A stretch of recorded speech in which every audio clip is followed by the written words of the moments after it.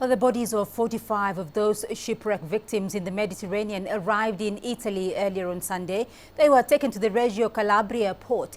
Authorities were there to receive the bodies as they were taken off the ship. The charity group MSF has been assisting the survivors. The group says nearly all of them have lost one or several relatives. The survivors will likely have to go through a painful process of identifying the bodies in the coming days. Well, CCTV's Yasser Hakim has been following that story for us. He's joining me now live from Cairo. Yasser, 700 people dead over 5 days. What's the latest on the recovery efforts and the identities of the passengers? Yes, it's a tragic incident, and one of the problems that face recovery efforts is that there's no any way to understand or to know how many people were exactly on board, so you can know how many are missing when you're looking for them in the sea.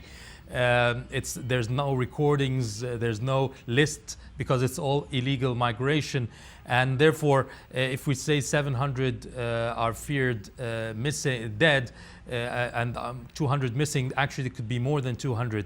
They take the numbers from the people who were there, the ones who were rescued. They would say there were around 500, and when they rescue 300, they know it's 200 left. So this is a very painful procedure, like just said a while ago, and what's happening is that the efforts are still continuing by the Europe recovery unit in the Mediterranean, and they're trying to locate any more bodies depending on the numbers they understood from the ones who have been rescued, and they are continuing these efforts with the cooperation from North African countries that have their borders on the coast of the Mediterranean. Well, yes, as the rescue efforts continue there, are any North African countries offering assistance at this stage? And is it likely that they will be offering assistance? Yes, we understand that obviously Tunisia is one of the countries that have been giving the most kind of efforts in this situation and most collaboration with the European, especially the Italian side. Egypt is putting more efforts now.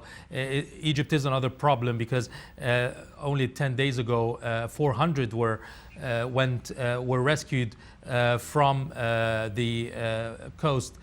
They were leaving from the Egyptian coast towards Italy. We understand that 200 had perished in that situation. And most of the boats have been traveling from Libya, knowing the security lapse there. It's easier to reach Libya and try to go from Libya's beaches onto the European, especially Italy. They expect even more to go from Libya soon after Turkey signs a deal with the European Union to stop the influx from Turkey's side. So you'd see more from the thousands that have been going through Turkey to move and try to go through the North African nations, especially Libya and Egypt as well. So we expect that even more from Morocco, Egypt and Libya, more assistance and more cooperation with the Europeans to try to form one unit, a rescue unit, to stop the influx of migrants from North Africa. Well, yes, we do know as well, though, that the Egyptian Navy is in the area looking for the wreckage of that EgyptAir crashed plane. What's the latest on that search? Well, it's ongoing. We know that they've gotten the beat that shows that from the ELT equipment that shows exactly where the plane had hit the water in the Mediterranean from the signals that came out to the satellites there, and that's where the whole operation is located now, around a 5-kilometer radius. There's a lot of equipment coming from several countries and assistance from France, and also equipment that has been brought from Brazil a few days ago. Now there's a company that's been hired called the Deep Ocean Search, which is also working with the Egyptian Navy. So there's nothing new concerning the black boxes. That's where most of the attention now is on the black boxes, and obviously the wreckage and the body remains of any passengers.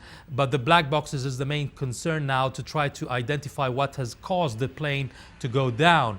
But unfortunately, there's no news yet about any findings concerning the black boxes or any more wreckage.